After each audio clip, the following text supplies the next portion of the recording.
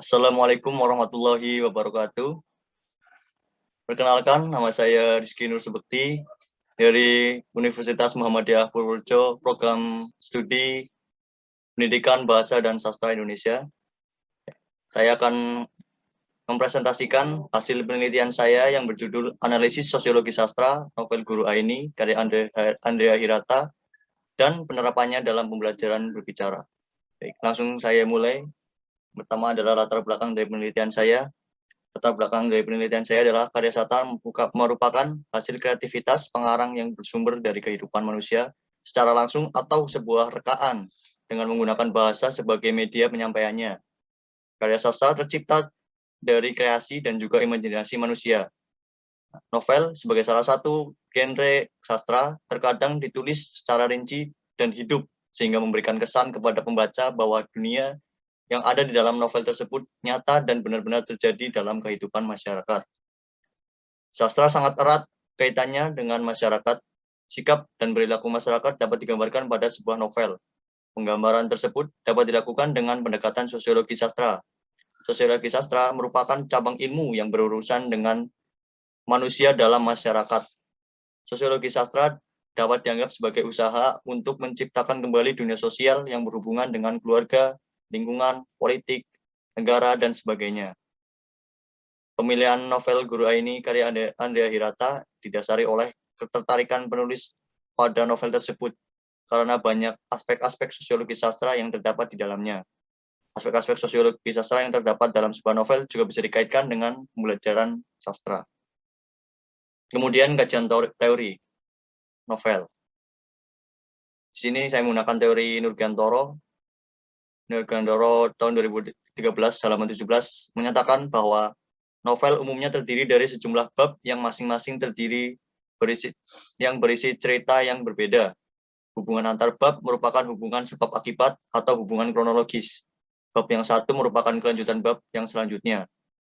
Setiap bab haruslah mencerminkan tema dan logika cerita, sehingga dapat dikatakan hal itu bersifat mengikat adanya sifat saling keterkaitan antar bab. Kemudian teori Nurhayati menyatakan bahwa novel adalah pengungkapan dari fragmen kehidupan manusia dalam jangka yang lebih panjang.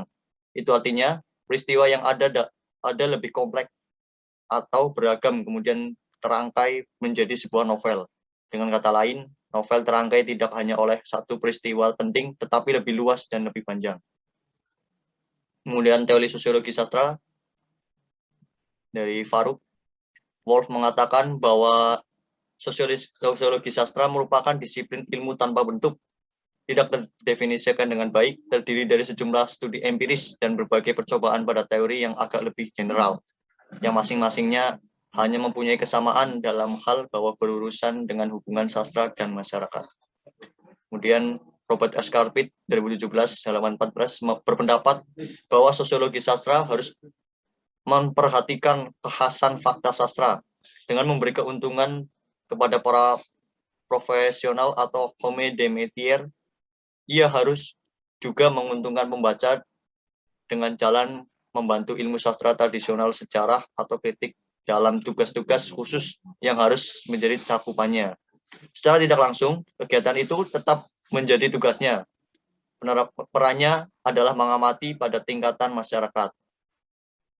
Kemudian teori pembelajaran sastra dari Ismawati. Pembelajaran sastra adalah pembelajaran yang menyangkut seluruh aspek sastra yang meliputi teori sastra, sejarah sastra, kritik sastra, dan sastra perbandingan dan apresiasi sastra. Ismawati menyatakan bahwa secara garis besar pembelajaran sastra dapat dipilih menjadi dua bagian, yaitu tujuan jangka pendek dan tujuan jangka panjang. Tujuan jangka pendek adalah agar siswa mengenal cipta sastra dan dapat menjawab pertanyaan-pertanyaan yang terkait dengannya. Di samping itu, siswa dapat memberi tanggapan, menanyakan tentang cipta sastra yang dibacanya. Siswa dapat menyelesaikan tugas-tugas pembelajaran sastra, mengunjungi kegiatan sastra, dan memilih kegiatan sastra di antara kegiatan lain yang disediakan. Sedangkan tujuan pembelajaran sastra jangka panjang adalah terbentuknya sikap positif terhadap sastra dengan ciri siswa mempunyai apresiasi yang tinggi terhadap karya sastra dan dapat membuat indah dalam fase kehidupannya. Kemudian teori keterampilan berbicara dari Weisha. Berbicara merupakan aktivitas komunikasi yang mengharapkan hubungan antar penutur selaku pembicara dan penganggap tutur selaku pendengar.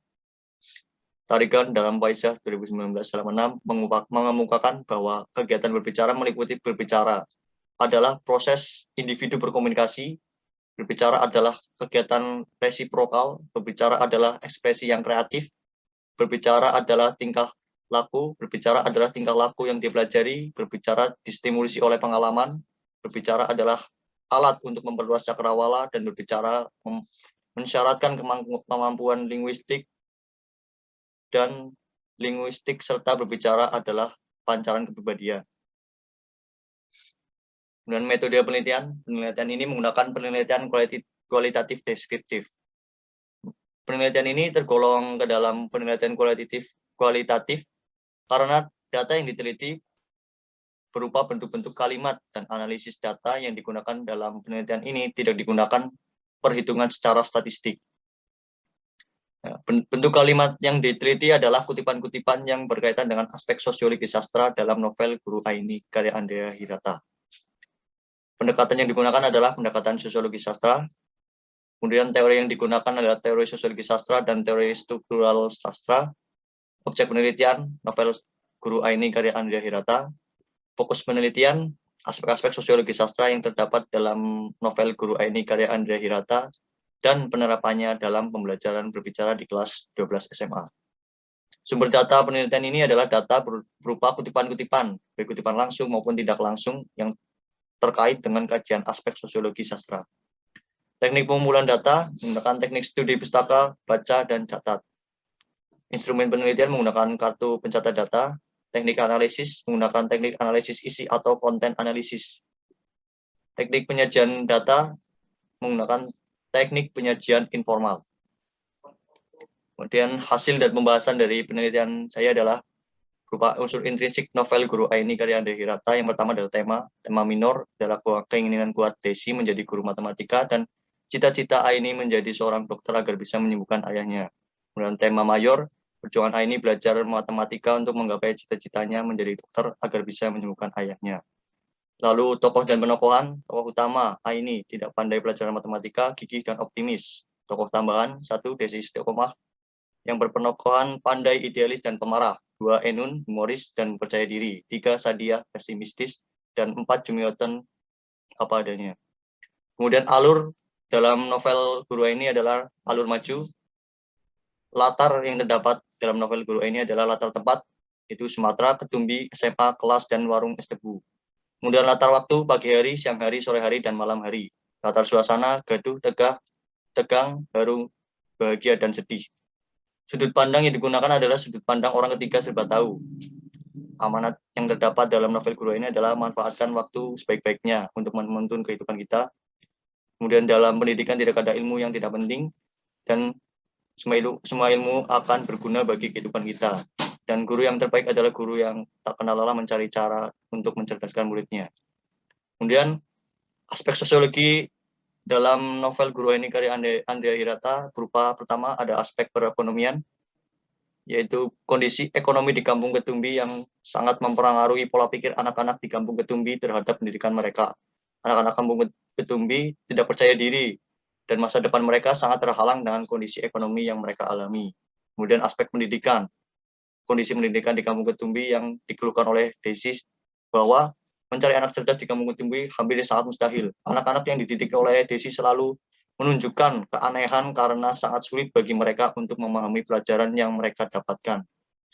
Kondisi seperti itu pun akhirnya berdampak kepada guru-guru di Kampung Ketumbi. Guru-guru di Kampung Ketumbi dibuat frustasi oleh ketidakmampuan murid-muridnya dalam memahami pelajaran. Banyak guru-guru yang pada akhirnya melampiaskan rasa geram dan jengkel mereka dengan cara mereka masing-masing. Kemudian ada aspek cinta kasih.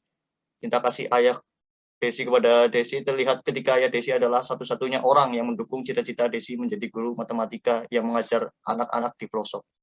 Selain itu, kisah cinta kasih ayah Desi kepada Desi juga terlihat ketika ayah Desi mengantar keberangkatan Desi yang akan berangkat ke tempat pengabdiannya. Kemudian yang keempat ada aspek kekerabatan. Kekerabatan Aini dengan Enun dan Sadia terlihat saat Aini, Enun, dan Sadia bergembira bersama karena mereka berada di kelas yang sama dan bukan di kelas Guru Desi. Kedekatan Aini, Enun, dan Sadia juga terlihat ketika grup yang mereka buat, yang mereka namai trio aljabaria, yang mereka bentuk sebagai gambaran bagi mereka bertiga yang sama-sama tidak becus dalam aljabar. Selain itu, kedekatan Aini, Enun, dan Sadia terlihat saat Aini menyampaikan keinginannya menjadi dokter agar bisa menyembuhkan ayahnya. Enun dan Sadia terkejut karena Aini ingin mengundurkan diri dari grup yang telah mereka buat agar bisa fokus belajar matematika.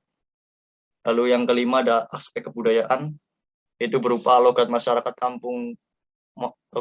Kepulauan Tanjung Hampar yang terlihat dalam peristiwa yang dialami oleh Desi ketika melakukan perjalanan ke Kampung Ketumbi. Desi bertemu banyak orang yang memanggilnya dengan sapaan Nong, yang merupakan logat masyarakat Kepulauan Tanjung Hampar.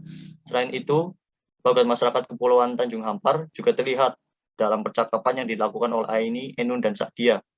Kata boy digunakan oleh Enun sebagai sapaan akrab dalam logat masyarakat Kepulauan Tanjung Hampar. Kemudian rencana pelaksanaan pembelajaran berbicara novel Guru Aini karya Andrea Hirata di kelas 12 SMA. Rencana pelaksanaan pembelajaran atau RPP berbicara dibuat berdasarkan kompetensi dasar kelas 12 SMA, yakni pada KD 3.9 yang menganalisis isi dan kebahasaan novel. Novel yang digunakan dalam pembelajaran sastra ini adalah novel Guru Aini karya Andrea Hirata. Peneliti menggunakan pendekatan saintifik dengan memilih model pembelajaran Think Pacer atau TPS sebagai model yang tepat sebagai upaya peningkatan keterampilan berbicara peserta didik dengan alokasi 2 kali 45 menit. Ya, sekian presentasi dari saya. Banyak kurangnya saya mohon maaf. Terima kasih. Wassalamualaikum warahmatullahi wabarakatuh.